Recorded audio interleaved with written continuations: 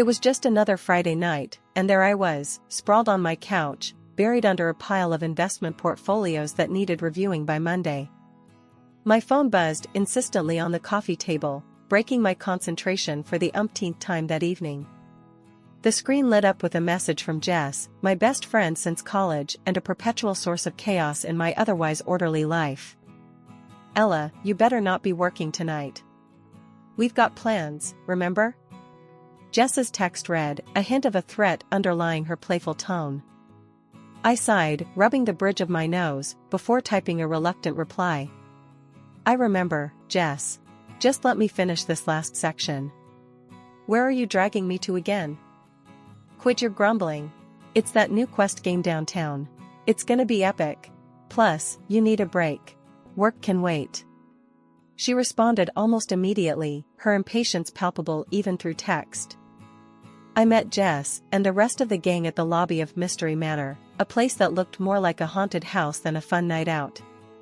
The game host briefed us on the rules and the backstory of our adventure. We were to solve a series of puzzles to escape the manor, and our group was not the only one participating that night. As we were divided into teams, I found myself paired with a guy named Tom. He was from another company, a fact I only gleaned because his work badge was still clipped to his jeans. Tom seemed just as out of place as I felt, his hands tucked awkwardly into his pockets as he offered me a shy smile. "So, not really your scene either?" I ventured, trying to break the ice as we approached our first clue. Tom chuckled, his smile reaching his eyes. "You could say that. I got roped into this by my sister. She thinks I need to get out more. Sounds like we're in the same boat. My friend thinks this will cure my workaholism," I replied, rolling my eyes. We spent the next hour navigating through cobwebbed corridors and solving riddles that designed to confuse rather than enlighten. Tom proved to be surprisingly insightful, his quiet demeanor belying a sharp wit that caught me off guard more than once. "You're pretty good at this," I noted as he unlocked a particularly tricky cipher that had stumped me. He shrugged, a small grin tugging at his lips. "I like puzzles. Keeps the mind sharp. How about you? What's your excuse for being so quick with these clues?" "Just a lot of practice with problem solving at work, I guess. Investment decisions aren't so different from puzzles, just with higher stakes," I explained, warming up to him as we delved deeper into the game. As we cracked the last code and escaped the manor, Tom turned to me, his eyes bright with excitement. "That was actually fun. Thanks for being such a great team partner, Ella." "No, thank you. I was dreading tonight, but this turned out to be a blast," I admitted, feeling a strange reluctance at the night coming to an end. We exchanged numbers, a move that surprised me more than it probably should have. As I watched Tom disappear into the night, a part of me hoped this wouldn't be the last I saw of him. After that quirky night at the escape room, things with Tom picked up speed faster than I ever expected. We started seeing each other regularly, finding comfort in our shared love for dry humor and disdain for unnecessary social gatherings. When I first met Tom's family, I was nervous, wondering if they'd accept me. His parents were instantly welcoming, warm smiles and hearty hugs making me feel right at home. But Karen, Tom's older sister, was another story entirely. Right from the start, she sized me up with a look that could chill a glass of beer. "So you're the one Tom's been all crazy about," she said with a sneer, her tone dripping with something less than enthusiasm. Life after marriage felt like stepping onto a fast-moving train. Just a few months in, and we were already on to our next big adventure, pregnancy. I'd be lying if I said I wasn't scared. Holding down a demanding job while growing a human inside me? Yeah, it sounded like a plot for disaster. But Tom was a rock, always there with his unshakable calm. "Hey, you're going to be an amazing mom," Tom reassured me one evening as we sat on our couch, my feet in his lap after a particularly rough day. "And don't worry about work. We'll figure it out together." "Yeah, I know, but you've seen me with plants, Tom. They barely survive a week," I quipped, trying to mask my anxiety with humor. The pregnancy wasn't kind to me. Every morning was a battle against nausea. I remember one meeting where I had to excuse myself every half hour, rushing to the restroom while my colleagues waited patiently. The day of the delivery was a blur of pain and panic. I clung to Tom's hand, the only anchor I had as the waves of contractions tried to pull me under. The doctors buzzed around, their faces tense as they monitored the situation. It wasn't going well. "Mrs. Carter, we need to do an emergency C-section. It's the best chance for your baby," the lead doctor finally said, looking me straight in the eye as if willing me to understand the gravity of the situation. I barely nodded, my body racked with another painful contraction, as they wheeled me into the operating room. The last thing I remember was Tom's voice, soft and steady, telling me he loved me. When I woke up, the room was silent. The kind of silence that suffocates. Tom was there, his face pale and strained.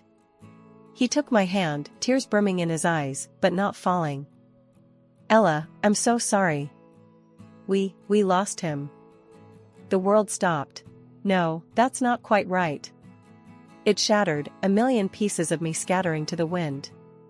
Our baby boy, the little life we had dreamed of and prepared for, gone before he even had a chance to cry, to see the world, to know how much he was loved.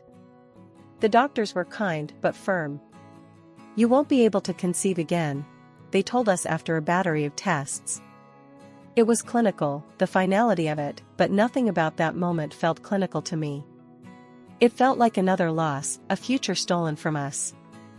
Tom and I went home, to a house filled with unopened baby gifts and a nursery that would remain empty.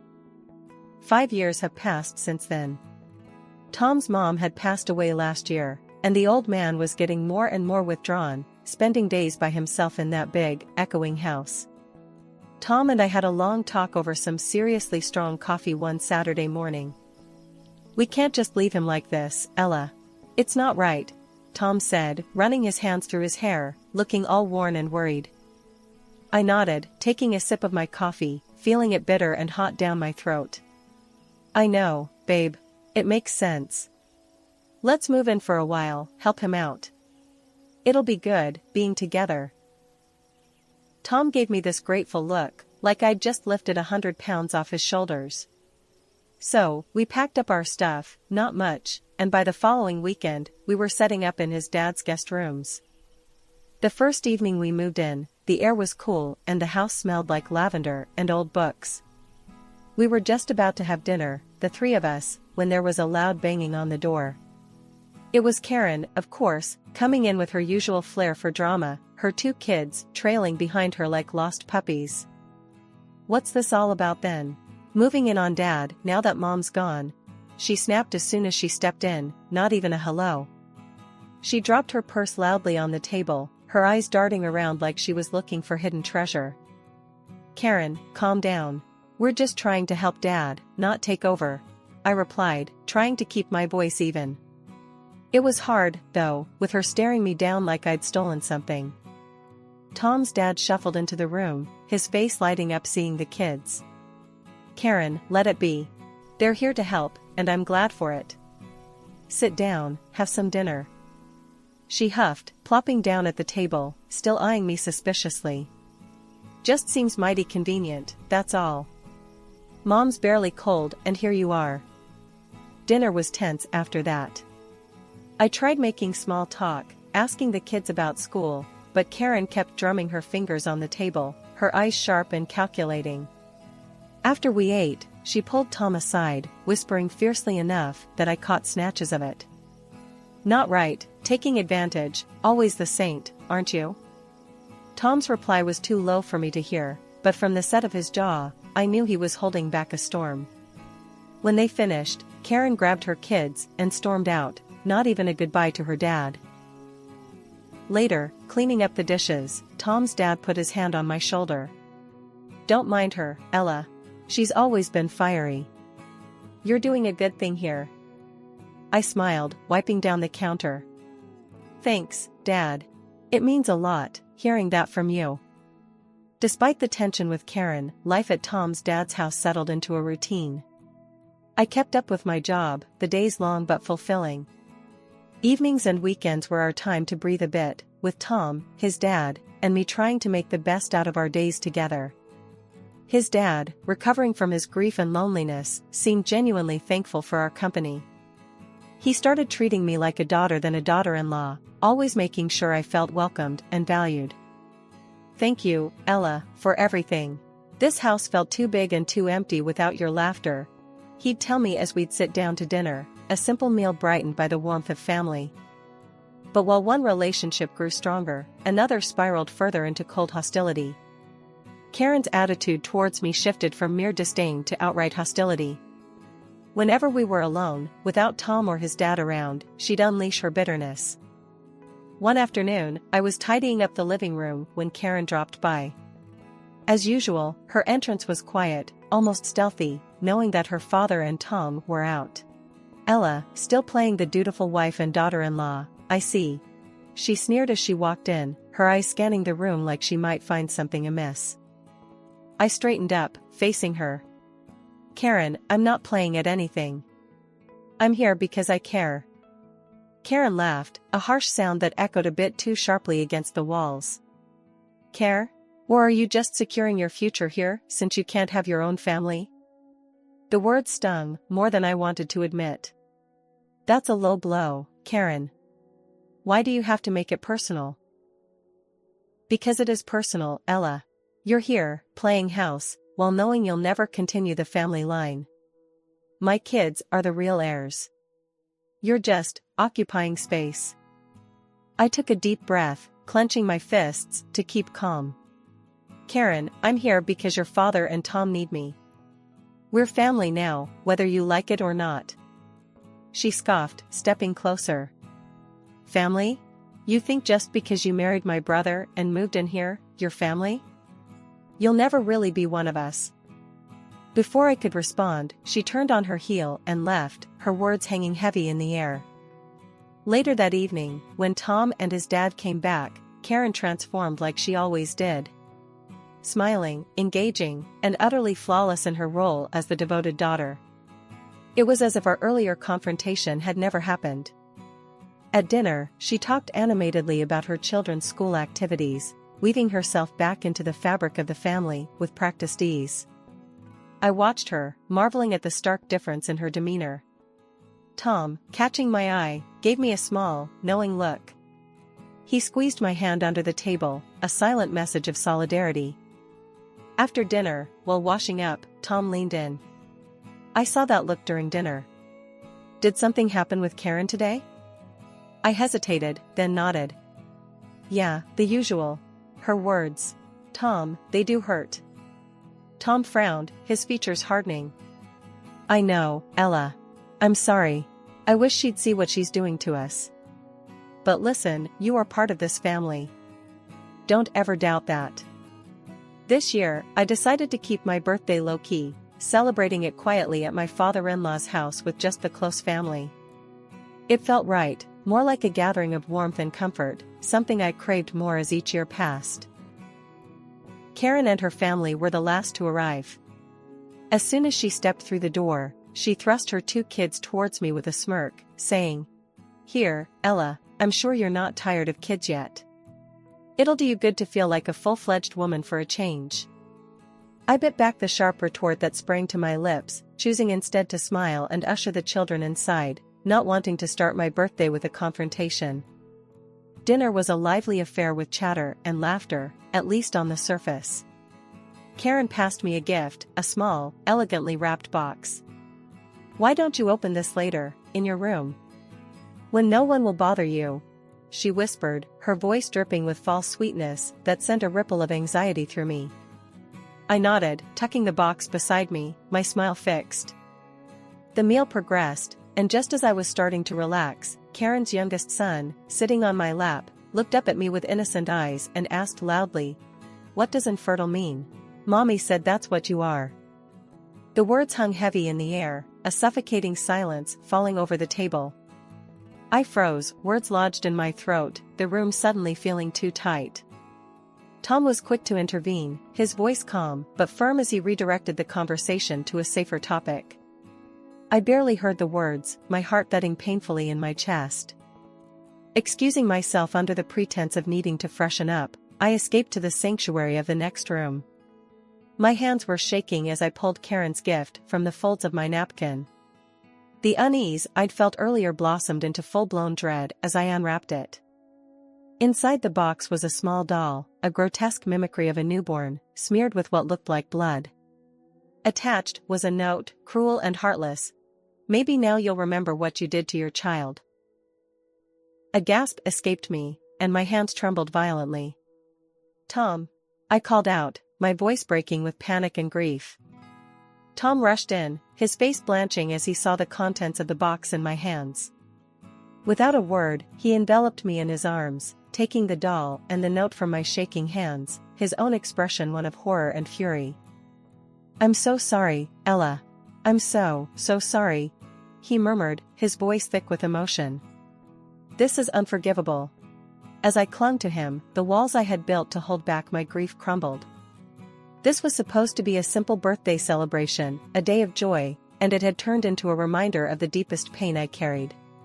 Tom, pale with fury, clutched the small doll and the cruel note his sister had given me. Without a word, he stormed into the living room, where everyone was still gathered, chatting idly. "Look at this. Look at what Karen thought was an appropriate birthday gift for my wife." Tom's voice boomed, shaking with anger as he thrust the doll and the note into the center of the room.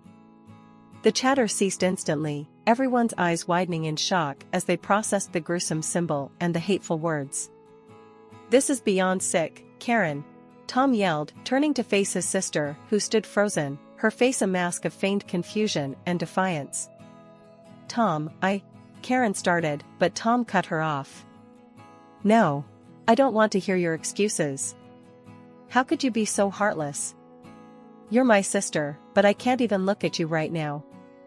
You're not part of this family if this is how you treat people. You're done here," he shouted, his words slicing through the tense air. Dad, who had been silent, his face a growing shade of red from anger, finally spoke up, his voice thundering. "Karen, get out of my house. I don't want to know you anymore. To think I raised someone capable of this." Karen, still clutching at some shred of pride, scoffed and headed towards the door. Once outside, she turned back, a sneer distorting her face. "Fine. But when he's gone, who do you think will inherit all this? My children are still his grandchildren." The audacity of her words struck us silent. We watched, stunned, as she walked to her car where her husband was waiting. Their voices carried back to us, the sharp sound of a heated argument breaking the cold night air. "You idiot! Do you realize what you've just done?" her husband's voice echoed through the parking lot. "Oh, shut up. It's not my fault they can't take a joke," Karen shot back, her voice shrill. Their children, forgotten in the commotion, stood by the doorstep, small and confused. My heart broke for them, witnessing such ugliness. Tom, his father, and I stood by the open door, the cold breeze sweeping in, mingling with the harsh words floating from the parking lot. None of us could find the words to speak. We simply stood there, the door eventually closing with a soft click that sounded final. Inside, the house felt emptier, the echo of the confrontation hanging in every corner. Dad put his arm around me, his old, tired eyes wet with unshed tears. "I'm so sorry, Ella. That anyone, let alone my own daughter, could do this." His voice trailed off, choked with emotion. Tom stood by, his jaw clenched, his usual warmth replaced by a cold fury. After a moment, he turned to me, his expression softening. "Ella, I'm so sorry. This should have been a happy occasion. I promise, we'll make this right. Somehow." A few months after that tumultuous birthday, things took another turn. We found out that Karen's husband had left her. He'd been banking on a hefty inheritance from Dad and couldn't handle the fallout of being cut off. Worse yet, Karen started drinking heavily, spiraling down so fast that she eventually lost her rights to see her kids. It was a mess, and those poor kids were stuck in the middle of it. One evening, after Tom and I had put the kids to bed in our guest room, they'd been staying with us temporarily, I brought up the subject that had been weighing on my mind. We were in the kitchen, Tom making a late cup of tea for us. Tom, we need to talk about your niece and nephew. This situation isn't getting any better, and they need stability," I said, leaning against the counter. Tom sighed, running a hand through his hair. "I know. I've been thinking about that too. They're already like family to us. Maybe we should make it official?" I was thinking the same thing. "How do you feel about us becoming their legal guardians?" I asked, watching his reaction closely. He paused, then nodded firmly. "Let's do it. They need us, and I want them to grow up in a loving home. They've been through enough already." We decided to move forward with it, and after a series of meetings with social services and seemingly endless paperwork, we were granted custody of the kids. They were officially part of our family now, and their bright smiles made every bit of bureaucracy worth it. Dad was overjoyed when we told him the news.